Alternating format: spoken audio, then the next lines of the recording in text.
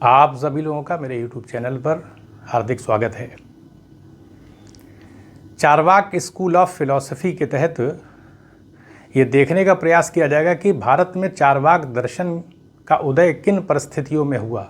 इसके अंतर्गत हमें थोड़ा सा इतिहास में जाना पड़ेगा, तब हम देखने का प्रयास करेंगे कि दर्शन शास्त्र की कोटि के अंतर्गत इसका विकास कैसे हुआ। उसके बाद फिर हम संस्थापक के संदर्भ में देखेंगे, क्योंकि महर्षि बृहस्पति इसके संस्थापक हैं, और चारवाक का क्या अर्थ है और इसके प्रमाणों को देखेंगे, क्योंकि प्रत्यक्ष प्रमाण माना जाता है। आत्मा, ईश्वर और सुख के बारे में देखेंगे और फिर देखने का प्रयास करेंगे जो उदय की परिस्थितियां हैं चारवाक दर्शन की, वो बहुत महत्वपूर्ण हो जाती हैं। प्रयास रहता है कि दर्शकों के सामने जो भी चीज़ रखी जाए वो प्रमाण के अंतर्गत उसको लेते हुए चीज़ों को प्रस्तुत किया जाए, क्योंकि जब प्रमाण रहता है तो चीज़ें ज़्यादा अपील करती हैं। तो सबसे पहली बात है, हम ये देख लेते हैं कि इसका जो उदय है, इसकी ऐतिहासिक पृष्ठभूमि क्या है। तो माना जाता है कि इसके संस्थापक तो महर्षि बृहस्पति हैं। बताया जाता है कि उनका जो बृहस्पति सूत्र है उसके अंतर्गत उन्होंने अपना भौतिकवादी विचार दिया था, लेकिन ये ग्रंथ उपलब्ध नहीं हो पाया। उपलब्ध इसलिए नहीं हो पाया क्योंकि समाज के द्वारा स्वीकृति बहुत व्यापक स्तर पे चारवाक दार्शनिकों को नहीं मिल पाई, इसलिए कि वैदिक धर्म के अंतर्गत वेदांत दर्शन उपनिषदों की रचना हो रही थी। तो भारत में जो परिवेश था, सामाजिक परिवेश, वो धर्म को लेकर के था, ईश्वर आत्मा की विचारधारा को स्वीकृति मिली हुई थी, इसलिए ग्रंथ सुरक्षित नहीं हो पाया। सर्वदर्शन संग्रह में प्रथम अध्याय में चारवाक दर्शन के बारे में कुछ बातें दिखाई पड़ती हैं, उसी से इस दर्शन की पुष्टि हो पाती है। तो हम सबसे पहले उदय की पृष्ठभूमि को देख लेते हैं। भारत के अंदर जो ऋग वैदिक काल माना जाता है, यानी जिसमें ऋग्वेद की रचना हुई थी, 4 प्रकार के वेद हैं, तो वो काल माना जाता है 1500 ईसा पूर्व से लेकर के 1000 ईसा पूर्व तक। इसमें मतभेद हैं, लेकिन एक सभी लोगों का मत इसी संदर्भ में अधिक दिखाई पड़ता है, 1500 ईसा पूर्व से लेकर के 1000 ईसा पूर्व, यानी ऋग्वेद की रचना हुई थी। रचना का अर्थ ये कि उसको ऐसे लिखित रूप नहीं दिया गया था, बल्कि कंठस्थ उसको किया जाता था, मौखिक रूप से ही याद रखा जाता था। उसके बाद फिर 1000 ईसा पूर्व से लेकर के 600 ईसा पूर्व के बीच 3 और वेद रचे गए। इसको उत्तर वैदिक काल कहा जाता है, क्योंकि ऋग्वैदिक कालीन जो संस्कृति थी वो थोड़ा सा अलग थी उत्तर वैदिक काल से, क्योंकि समय बदलता है, नए नए आविष्कार हो जाते हैं, तो थोड़ा सा समाज की परिस्थितियाँ बदल जाती हैं। तो इसलिए उत्तर वैदिक काल के अंतर्गत आपके यजुर्वेद, सामवेद, अथर्ववेद को रखा जाता है। तो अगर हम उत्तर वैदिक काल को देखें तो इस समय हमें महाजनपदों का उदय दिखाई पड़ता है, जैसे कि मगध महाजनपद था, अंग महाजनपद था, उसी तरीके से वत्स जो कि इलाहाबाद के समीप का इलाका, प्रयागराज का कौशाम्बी के अंतर्गत आपको वत्स महाजनपद दिखाई पड़ेगा। पांचाल राज्य है, फर्रुखाबाद, बदायूं, बरेली के आसपास का इलाका पांचाल महाजनपद के अंतर्गत था। अवंती मध्य प्रदेश के अंतर्गत था। अंग जो है वो आपके भागलपुर के इलाके के आसपास अंग महाजनपद था। तो भारत के अंदर महाजनपद यानी बड़े बड़े, जैसे भारत के अंदर राज्य हैं, उत्तर प्रदेश है, मध्य प्रदेश, तो इस तरह से बड़े बड़े राज्यों का उदय हुआ था जिनको महाजनपद कहा जाता था। अब जब महाजनपद का उदय हुआ तो हम देखें उसमें भूमिका राजाओं की थी, क्योंकि वर्ण व्यवस्था के अंतर्गत उत्तर वैदिक काल में वर्ण व्यवस्था एक रूप ले रही थी। इसके अंतर्गत ब्राह्मणों को वर्ण व्यवस्था में पहला स्थान मिला हुआ था, और उत्तर वैदिक काल में बलि प्रथा बहुत चल रही थी। कर्मकांड, जो धार्मिक कर्मकांड थे वो जटिल थे।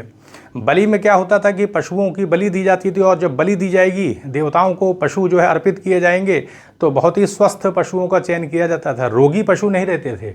और उत्तर वैदिक काल के अंदर महाजनपदों के अंदर इतना बड़े बड़े महाजनपद उदय हो रहे, तो उनका उदय हो रहा था, तो शहरों के अंदर अनाज की आपूर्ति कौन करेगा? किसान करेंगे, और किसान उस समय उनको पशुओं की आवश्यकता थी, और ऐसे में ब्राह्मणों ने ये व्यवस्था को चला रखा था।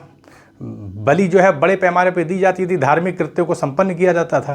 तो इसका प्रतिकार कैसे किया जाएगा? दूसरी बात, एक तो हमने पृष्ठभूमि ये देखा कि जो बलि व्यवस्था थी, ये धार्मिक कर्मकांड थे वैदिक धर्म के अंतर्गत उत्तर वैदिक काल में। बाद में इसमें सुधार किया गया, लेकिन वो कहीं ना कहीं भौतिकवादी संस्कृति या नगरीकरण की अवस्था जो डेवलप हो रही थी उसके विरोध में धार्मिक व्यवस्था दिखाई पड़ रही थी। इसलिए कि अनाज की आपूर्ति शहरों में नहीं होगी तो फिर कैसे शहर का विकास कैसे होगा? और अनाज तभी मिलेगा जब पशु होंगे।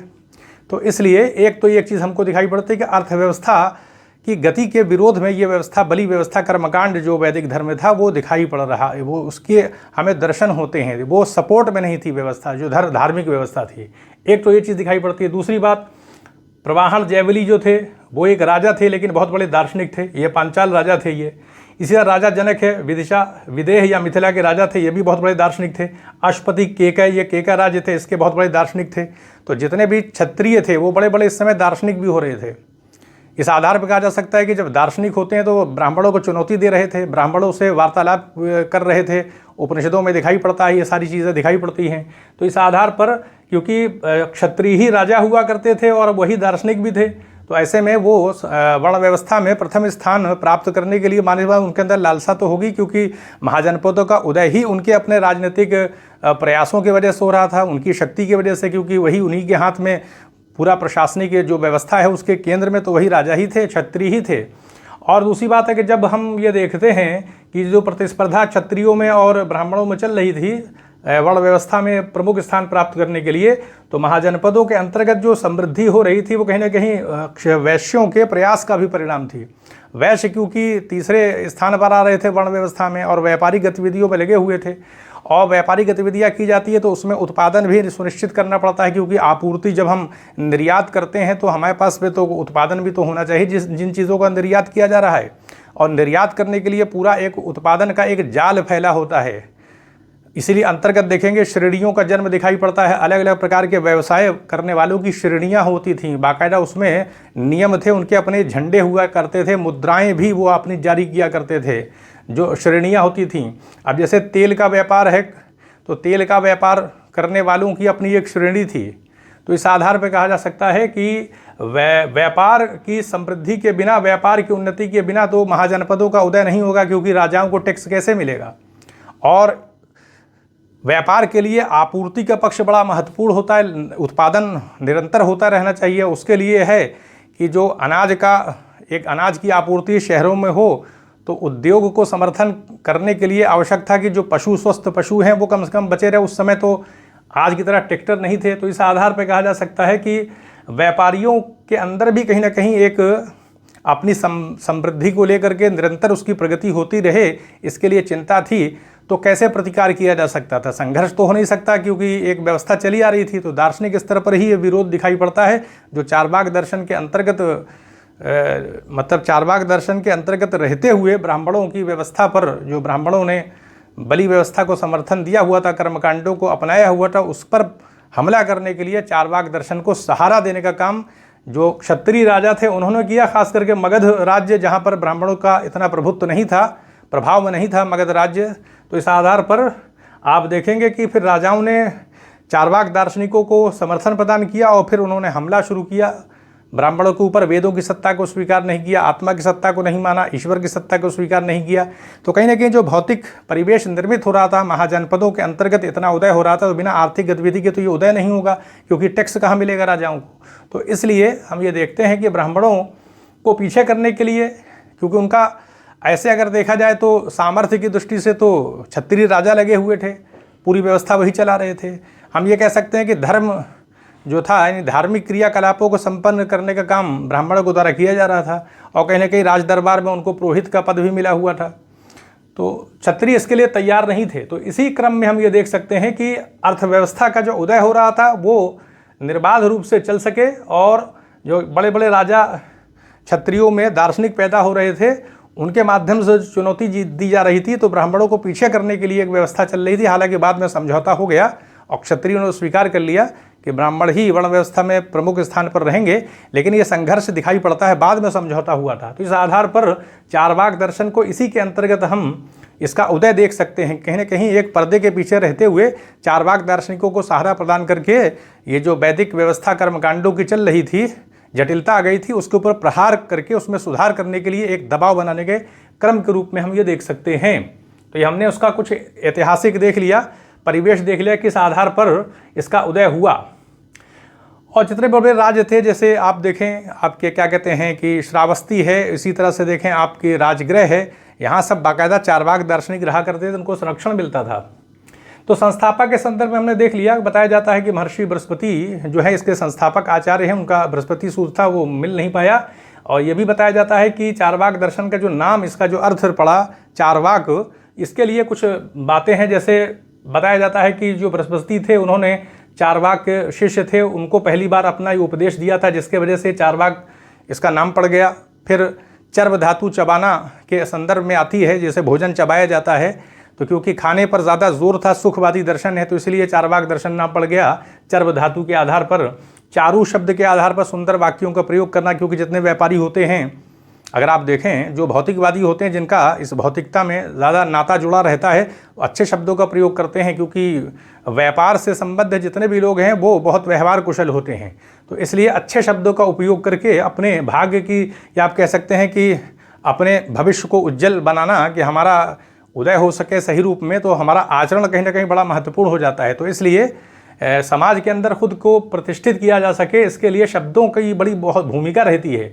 इसलिए शब्दों के आधार पर, अच्छे शब्दों के चयन के आधार पर ही ये चारवाक दर्शन का उदय हुआ, चारु शब्द का प्रयोग करने के कारण।